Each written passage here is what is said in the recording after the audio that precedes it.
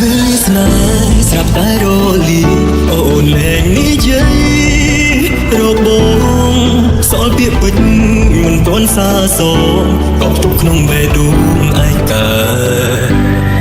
ពេលនេះធម្មជាតិស្ងប់ស្ងាត់ពោក្រសាត់ផ្ដាច់អនុសាមាននិស្ស័យតែគ្មានវាសនាជួបដើម្បីបែកពេលអើយសុំត្រឡប់ក្រោយទុកឱកាសឲ្យត្រៀមខ្លួនបែកសល់កិច្ចការច្រើនអាណើធ្វើរំលី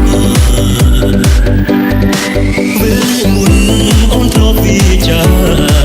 ថារៀបការនឹងគ្នាយើងសន្យាមិនបោះបង់គ្នាឲ្យនៅឯកា